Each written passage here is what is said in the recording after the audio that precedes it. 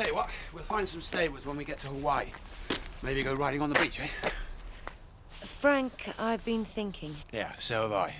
Of rolling sand dunes, blazing sunshine, and nothing to do but relax. I don't want to go. What? Anything from the university? Let's have a look. No. Well, they did say around the end of the month, so it should be any time now. When I spoke to Andy, he was rather optimistic. Nice to have something to celebrate for once. Yes. Now we've made the decision, I think the sooner we get away from here, the better. I'm not sure whether Jess would agree with that. Yes, well, she's just going to have to put up with it. I mean, the very idea of her living with Biff. No, thank you very much. You were right to veto the idea, but have a little heart. Jess is very fond of Biff. She's going to miss him. She can do better than him. Well, whatever. I'd like you to show a bit more sympathy towards your daughter. Yeah, she's going to have to face up to the future, and I'm afraid it isn't here. Quite. But let's not ride roughshod over Jess's or Luke's feelings. We've not allowed them a say in this move at all. Well, what's there to say? Aren't you going to be late for school? 3 periods this morning. Did tell you last night. Yes, of course you did. Oh, it's probably my fault. Forgot you're not a great listener. Hey, don't be clever, Luke. Can do some work on my bike.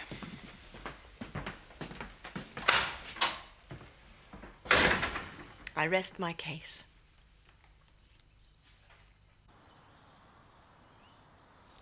This is all to do with that damn AGM, isn't it? No. What I'm saying is, after having really thought it through, Chris just doesn't have the experience to be left in charge. A bit late now, look. Could postpone the trip till we find someone a bit more suitable. Right. There are 2 points I want to make. Number one, this is my son we're talking about, and I know that you and he aren't exactly the best of friends, but blood is thicker than water. Oh, and there's room for sentiment in business. Frank, we are not leaving him a corner shop to look after. So, as far as I'm concerned, Chris is more than capable of running the show for a couple of weeks, and that is that. And that's point number 2. What's more important to us, the business or one another? The latter, of course. Well, for goodness sake, let's stop all this nonsense about postponing the trip. Anyway, as far as I'm concerned, I don't give a damn if we lost all this and ended up living in a caravan like Betty and Seth. As long as we're together. Eh?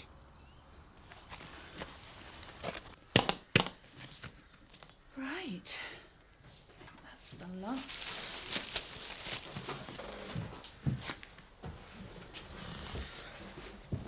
Thanks for loading my stuff from the caravan. My pleasure. You know, Jack wouldn't mind waiting for 10 minutes if you want to pack your stuff. This ain't called my bluff, you know. I've told you I'm not living in that village. If that's your last word. It is.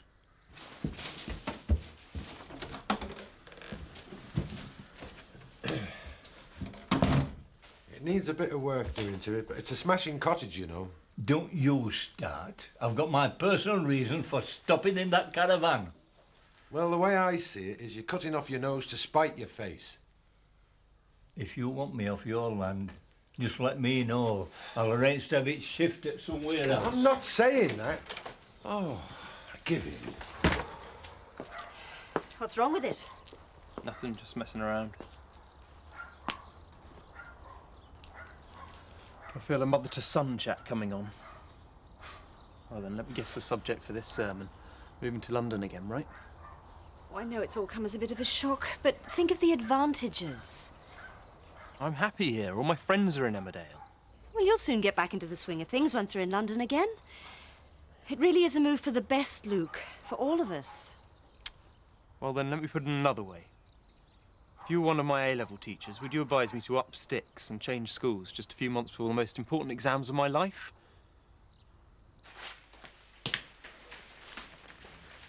Oh, you'll soon have this place straight. Give it a good clean through. Hang a few pictures. Smells a bit damp. You going to be all right, Betty? Why shouldn't I be? Do you want me to have a word with him? No, I don't.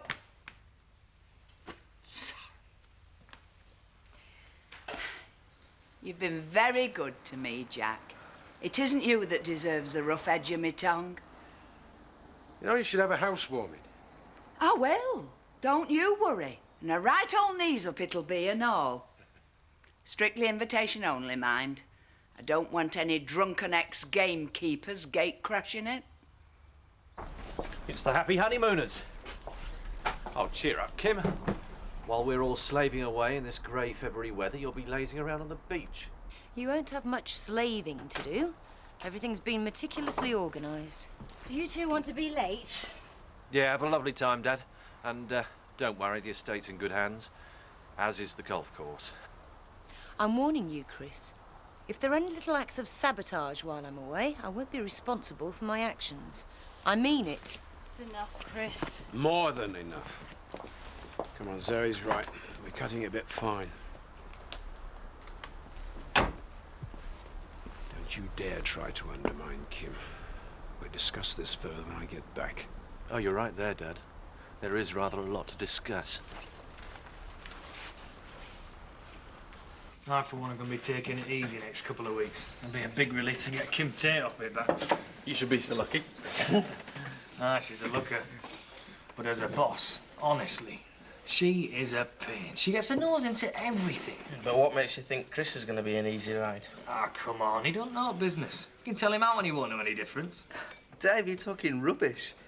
I swear, those Tates are programmed at birth to be bosses. And he has got a nasty streak in him. You just ask my sister.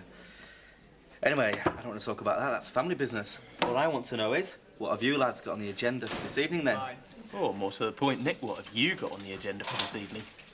Sir, what are you playing at? Oh, it's a simple enough game. You pull it, I sup it. I'm talking about Betty, as you well know. Gossip soon gets around. Well, you got a chance to settle down with someone who's good for you. And how come you don't know ins and outs of this particular tale? Well, I know you're a ruddy fool. But then what else is new? You what? People always lie when they describe themselves in those ads. If she said she's slim, blonde, and 5'8", I bet you a quid she's 4 foot tall, 6 foot wide, and suffers from alopecia. Yeah. Come on, Nick. How'd your mum describe you? Yeah, come on, mate. Let's hear it. Credit to his loving mother. Good with children and chrysanthemums. Ever such a nice boy, really. Yeah. Well, boys, I look forward very much to the day when you all grow up. Ah, better make sure you're not late back for school, eh, Luke? See you later, lads. Sorry.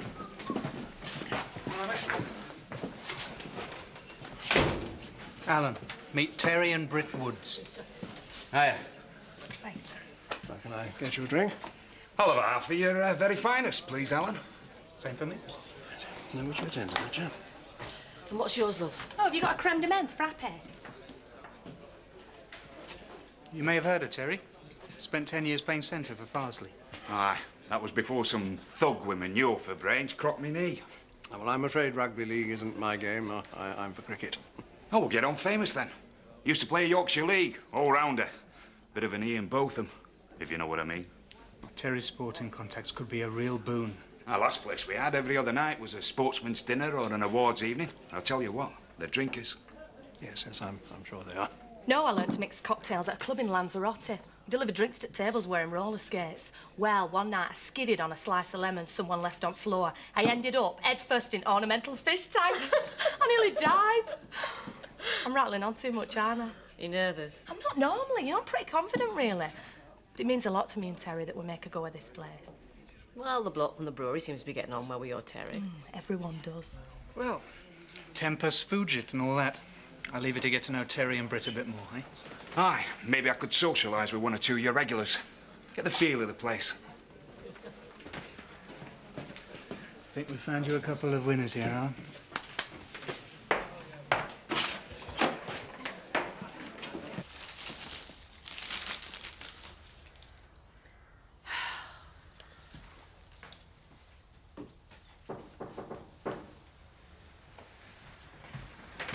Door was open. Thought I'd pop round with a little something to celebrate your new home with. Oh, very kind, Viv. Although I don't think I feel much like celebrating at the moment. I heard. He's a stubborn old swine. Oh, he'll be round here with his tail between his legs before you can say Jack Robinson. I couldn't care less one way or the other. Oh, you don't mean that. No, but you have to make out like you do. For your own self-respect. Cheers. I thought things were going so good between us. Relationships, eh? I'll tell you what I think. I reckon men were the last thing God made. And it shows he might just have been a little bit tired. I'll tell you the truth, babe.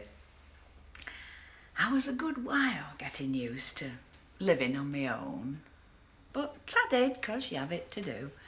And I'd as good as resigned myself to the fact that I was going to be by myself till the day I died. Then, along comes Seth Armstrong back into my life. He's a very kind and gentle man. A lot easier to live with than you'd think. He'll be back. We'll see. But I'll tell you something for now, Viv. I've never gone running after a man in my life. And I'm too long in tooth to start now. Thank you. Hey, honest though, it was rough, was our last place. Bloke came in one lunchtime, he said he liked the sawdust and the floor. Said he gave it a rustic touch. That's not sawdust, I said. That's last night's furniture. His voice is nearly as loud as his tie. Oh, you snob, Mr. Turner. Oh, come on, Jan, they're not right for the Woolpack. Well, he must admit he's making himself pretty popular. I don't suppose she has to try all that much. There's no way I'm letting a couple like that manage my pub.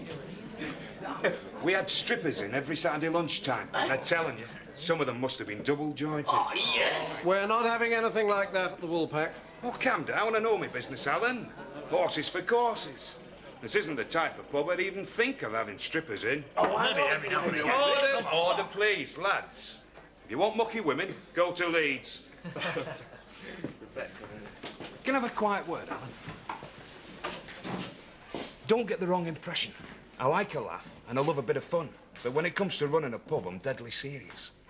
I guarantee me and Britt will help you pull this place round. I don't think it really needs pulling round. So why do you need to get managers in, then? Yes, well, time's getting on.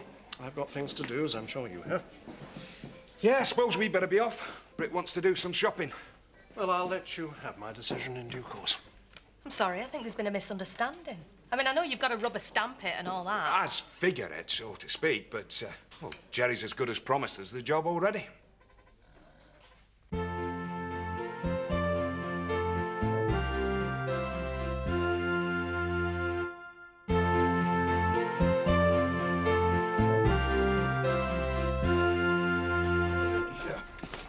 Next meeting of tonight in Hutton.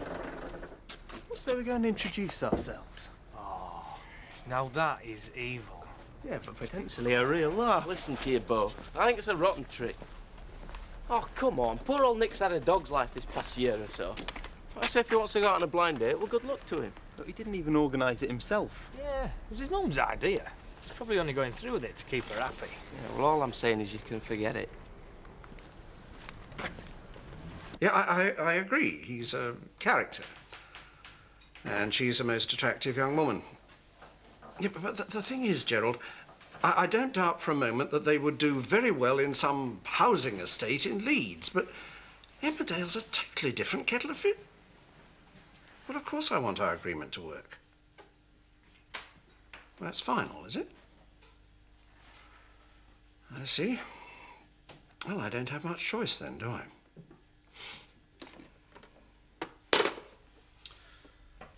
Well, I've been, as they say, stitched up. Fait accompli. Oh, brilliant. No, I don't want you to worry, Jan. I'm still the landlord of this pub. As far as I'm concerned, it's business as usual. What's this? That is a bottle of champagne which we are going to have with our lunch. You got it. The university want me to start as soon as possible. Oh. You all right? When one door opens, another one closes. There you go. That's a bit brief, isn't it? Well, I wasn't exactly expecting a thank you under the circumstances, but this is extremely curt.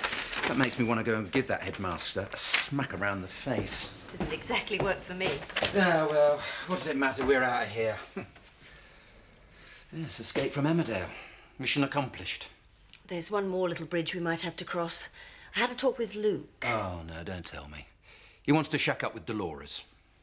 Right, I'm off home, Zoe. I've had enough for one day. I've had just about enough of you for one day. What's that supposed to mean? Well, what was all that business between you and Kim, for goodness sake? They were off on their honeymoon. You've got a short memory, Zoe. Remember our so-called AGM? From what I remember, it was mostly you being the difficult one. She's trying to stitch Dad up. And us. So you keep saying. Look, just for a little while, can't you give her the benefit of the doubt? More to the point, give her and Dad a chance. Oh, come on. You dislike her as much as I do. But she's Dad's wife. If he's happy, you should be prepared to put your own feelings about Kim on the back burner. Well, if that's what you want to do, fine. But just be on your guard. She's more dangerous than you give her credit for. Hello. Oh, Emma, hi. Yes, they've gone, and I've got the place to myself. As soon as you like. Oh, and don't forget to bring your toothbrush. Bye. While the cat's away, the mice will play. Something like that. Oh, hi, Viv. Hi. Oh, it's last one, eh? Isn't it usually a copy of the Times and a red carnation in your buttonhole? Isn't there anybody left in this village who doesn't know I'm going out on a date tonight? Let's have a look at you then. Very smart. New jacket, eh? Oh, give it over, will you? Now, what you need is a very big box of chocolates. Soft senders usually tell a girl something. I'm just going out for a drink with a lass, that's all. Oh, the age of romance is not dead. It's no big deal, right? That's where you're wrong, Nick. Love is a very serious business. And a girl likes to be, wooed. Leave it out, will you? Something for the weekend, sir? Bye. Nick, wait. What? Let me give you a little tip. Come on, then. Before you get to Houghton, pull the price tag off your jacket, eh? Oh. Embarrassing. Thanks.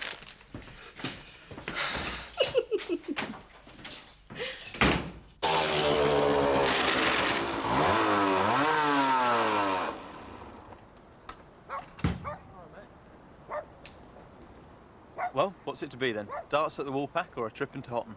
Right, we'll toss for it. Heads, it's Houghton. Well?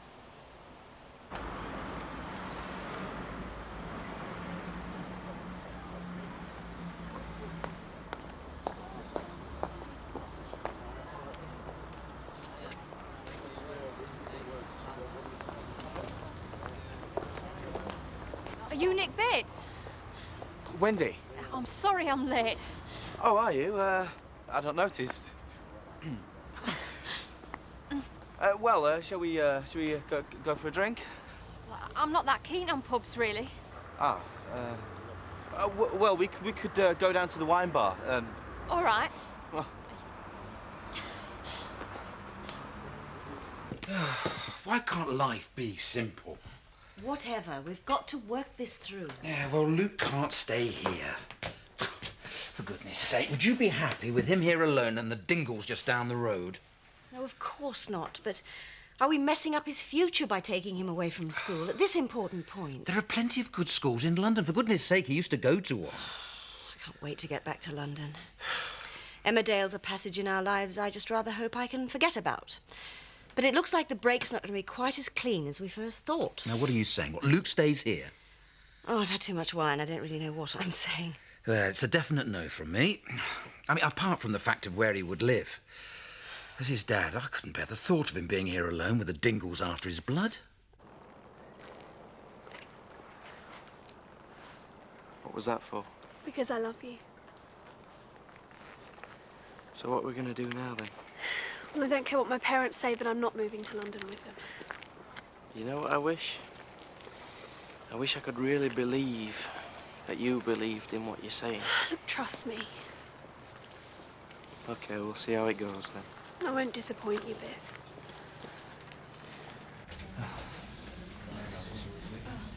Here. Thanks. Cheers.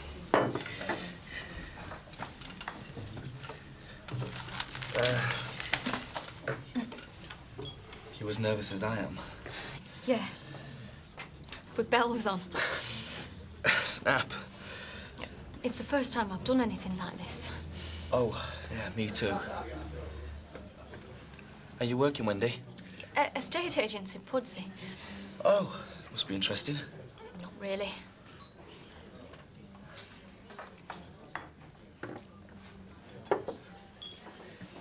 What do you do?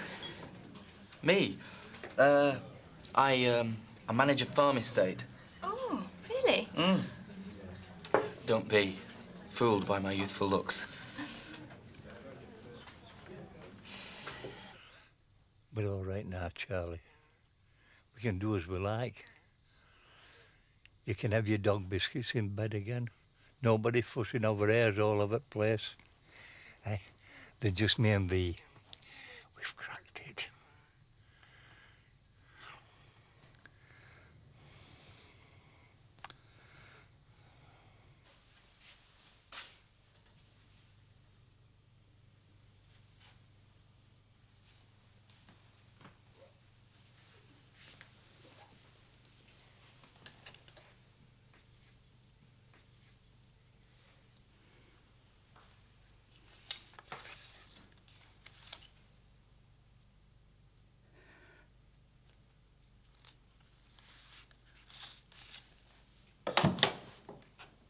You see, the problem with being a farm estate manager is that you're always on call. I have a foreman, like Frank, they call him. He's very good. Well, he's all right. Takes a lot of the pressure off me, anyway. But you see, I never get a moment to myself. That's why I never get a chance to meet anybody new. I sympathise. The office I work in, apart from my boss, Mr. Charters, it's all women. So if you're not that keen on clubs and discos, well, you don't really get much chance to meet the opposite sex. It's a man's world I live in. Oh, except, of course, for Mrs. Tate, as my cleaner.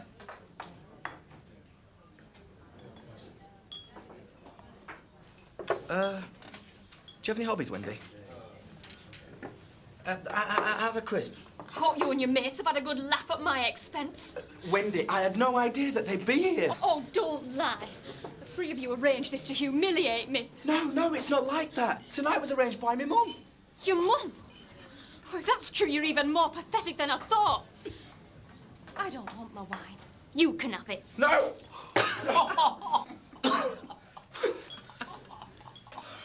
Whoops. A bit of a lover's tiff, eh? Don't you know how cruel that was? Come on, it was only a laugh between mates. No, it wasn't a laugh. And don't call me your mate, David, because from now on I'm not. Oh, come on, Nick. And you've got no idea, have you? No idea how hurt she's feeling now. You've made me a laughing stock. You're just a stupid, spoilt little brat, McAllister. And if I never speak to you again, mate, either of you, it'll be too soon.